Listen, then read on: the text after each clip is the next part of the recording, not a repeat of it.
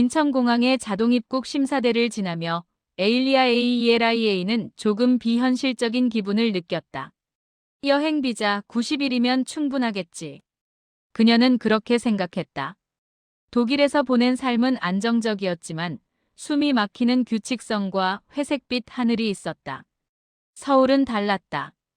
연등처럼 빛나는 간판, 자정이 넘어도 멈추지 않는 골목의 술렁임, 늦은 밤에도 안전하게 이어지는 지하철과 밝은 편의점. 첫 주는 온통 감탄이었다. 카페의 주문과 픽업을 분리하는 깔끔한 동선, 길 위에서 누구나 쓰는 빠르고 간편한 결제, 도심 어디서나 만날 수 있는 공공 와이파이. 그리고 모두가 어딘가로 바쁘게 움직이면서도 횡단보도 앞에선 규칙적으로 멈춰 서는 도시 습관. 여기서 조금 더 살아보고 싶다. 그렇게 여행의 종결점에 새로 덧붙은 작은 쉼표가 길게 늘어나는 문장으로 바뀌기 시작했다. 합정의 골목 끝, 작은 어학원에서 강사 공고를 봤다. 면접은 빠르게 진행됐다. 원장이 물었다. 영국식 발음, 미국식 발음 어느 쪽이세요? 둘 다 가르칠 수 있어요. 교재 매핑도 직접 해보고 싶고요. 원장은 미소 지었다. 시범 수업, 오늘 해보시죠. 그날 저녁, 에일리아는 화이트보드에 컨텍스트 비포 컨텐트라고 적었다. 학생들의 눈빛이 살아났다. 단어를 단어로 암기하는 대신 장면과 연결해 몸에 넣는 방식. 수업이 끝나자 학생 둘이 다가와 말했다. 쌤, 계속 수업 듣고 싶어요. 그날 밤, 그녀는 숙소 창틀에 걸터앉아 한강의 바람을 들이켰다. 여행 비자가 생활 비자가 되는 길목, 그녀는 조심스레 다짐했다. 여기를 살아볼 이유가 충분해졌다. 계약은 생각보다 수월했다. 파트타임으로 시작해 반년 안에 풀타임으로 전환하는 조건. 학원은 그녀의 수업 후기를 SNS로 꾸준히 올렸다. 댓글엔 학생들의 영어로 된 짧은 감사 인사가 줄줄이 달렸다. 그녀는 한국어도 공부했다. 안녕하세요에서 시작해 수고하셨어요와 고생하셨어요의 결 사이를 배웠다. 복잡한 존댓말을 웃으며 틀리고 편의점에서 포인트 적립을 묻는 말을 이해할 때면 아이처럼 신이 났다. 그 무렵 독일의 부모님에게 영상통화가 왔다. 한국은 어때? 엄마 아빠. 여긴 미래가 앞서와서 살고 있는 느낌이야. 건강은? 잘 먹고 다니고. 응. 그리고 이건 비밀인데 나 곧 정식 강사 된다. 화면 속 부모의 얼굴에 작은 불빛이 번졌다. 딸의 결정이 걱정에서 자부심으로 바뀌어가는 순간이었다. 봄이 성큼 다가왔을 때 에일리아는 부모님을 한국으로 초대하기로 마음먹었다. 항공권을 예매하고 깔끔한 게스트하우스를 잡았다. 계획표엔 경복궁, 남산, 부산, 전주 한옥마을과 함께 뜻밖의 일정이 하나 더 들어있었다. 프리미엄 건강검진 서울 대형병원 센터.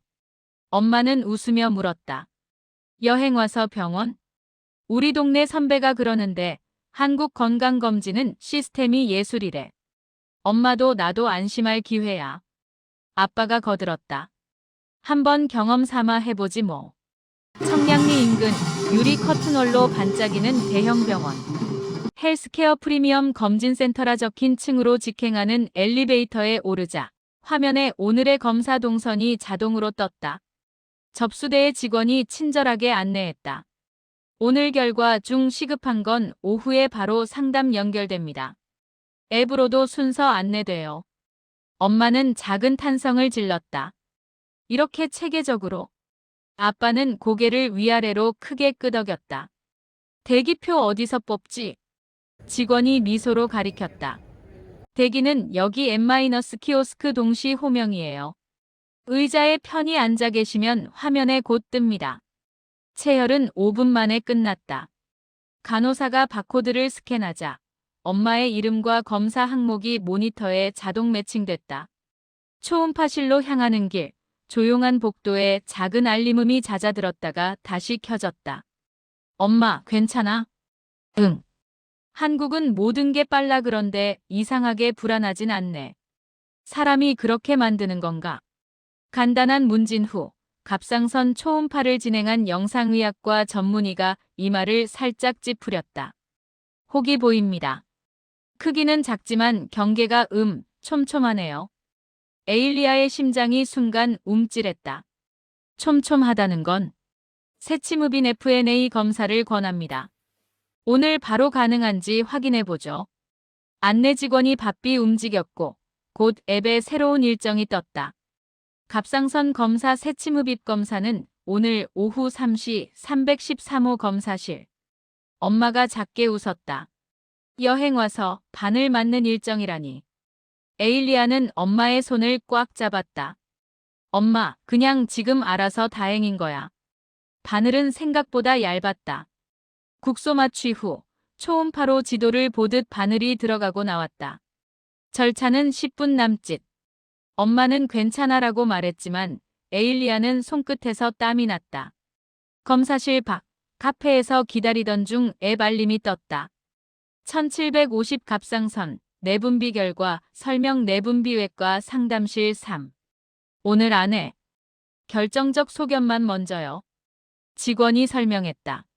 정밀 병리 결과는 며칠 걸릴 수 있지만 영상과 세포 형태가 강하게 의심되면 즉시 수술 논의가 진행될 수도 있습니다. 해질녘 진료실 문이 열렸다. 의사는 데이터 화면을 돌려 보이며 차분히 말했다. 암일 가능성이 높습니다. 다행히 크기가 작고 림프절 침범 소견은 현재 뚜렷하지 않습니다. 수술하면 완치율이 매우 높습니다. 엄마가 고개를 끄덕였다. 아빠는 조용히 엄마의 어깨에 손을 올렸다. 에일리아는 숨을 깊게 들이켰다. 만약 한국에서 검진을 안 했다면? 의사는 사실대로 말했다. 사람마다 다르지만 작은 결절은 증상이 거의 없습니다. 정기검진의 가치가 바로 여기 있죠. 일정만 맞으시면 수술은 일주일 내 가능해요.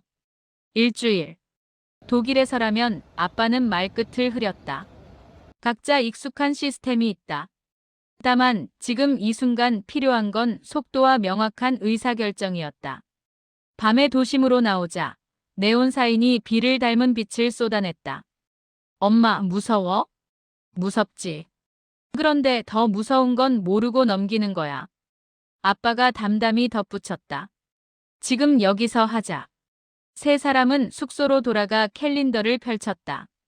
수술 전 추가 검사 CT 혈액 기능 검사, 입원 일, 마취 상담 모든 게 직선으로 그어지는 동선처럼 정리됐다. 침대에 누운 에일리아는 휴대폰 불을 끄지 못했다. 만약 여행 비자로 한국에 오지 않았다면, 만약 강사가 되지 않았다면, 만약 부모님 초대 일정을 넣지 않았다면 무수한 만약이 만드는 균열 사이로 한 줄기 반전의 빛이 스며들고 있었다. 입원동은 호텔처럼 조용했다. 각 병상은 개별 공조와 조명, 침대 옆엔 전자차트가 부착된 모니터가 있었다. 간호사는 앱으로 약 투약 시간을 설명했고 보호자에게는 휴게실 위치, 병동 편의시설, 응급 호출 버튼 사용법까지 간단 명료하게 안내했다. 한국어가 낯설면 영어로 바꿔드릴게요.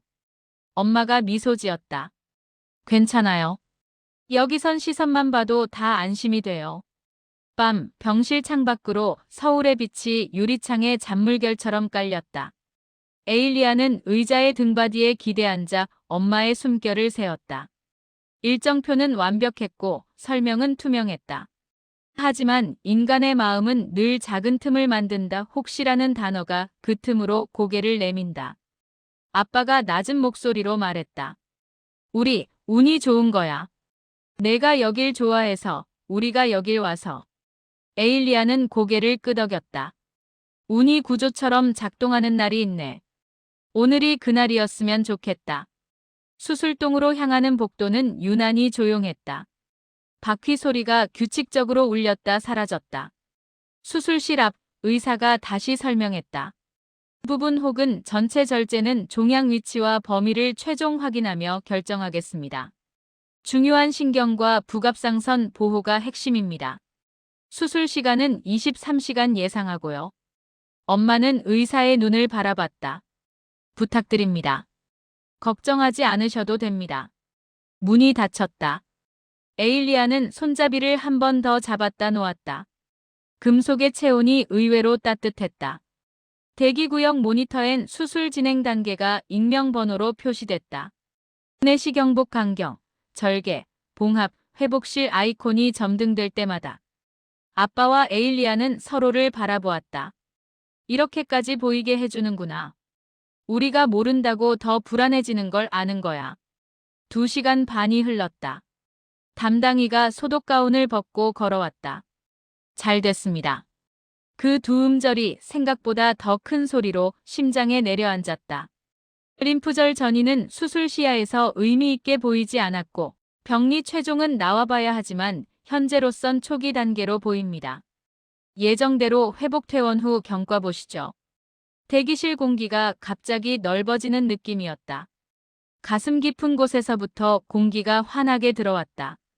회복실에서 병실로 돌아오는 길, 간호사가 수액 라인을 확인하고 통증 점수를 묻고 기침 삼킴 시 불편을 체크했다. 전자차트에 기록되는 수치가 실제 엄마의 표정과 맞물려 감시가 아닌 돌봄의 언어로 바뀌어 보였다. 밤, 에일리아는 엄마의 머리칼을 천천히 쓸어내렸다. 수술 자리는 깔끔하게 드레싱되어 있었다. 아빠는 자주 깜빡이는 수액방울을 멍하니 바라보다가 문득 중얼거렸다. 우리 정말 운이 좋다. 이번엔 운이라는 단어가 운명처럼 아니라 선택처럼 들렸다. 떠나온 용기, 초대한 결정, 믿고 요청한 신뢰. 퇴원 수속도 앱으로 끝났다. 의사는 향후 관리 계획을 간단 명료하게 정리해줬다.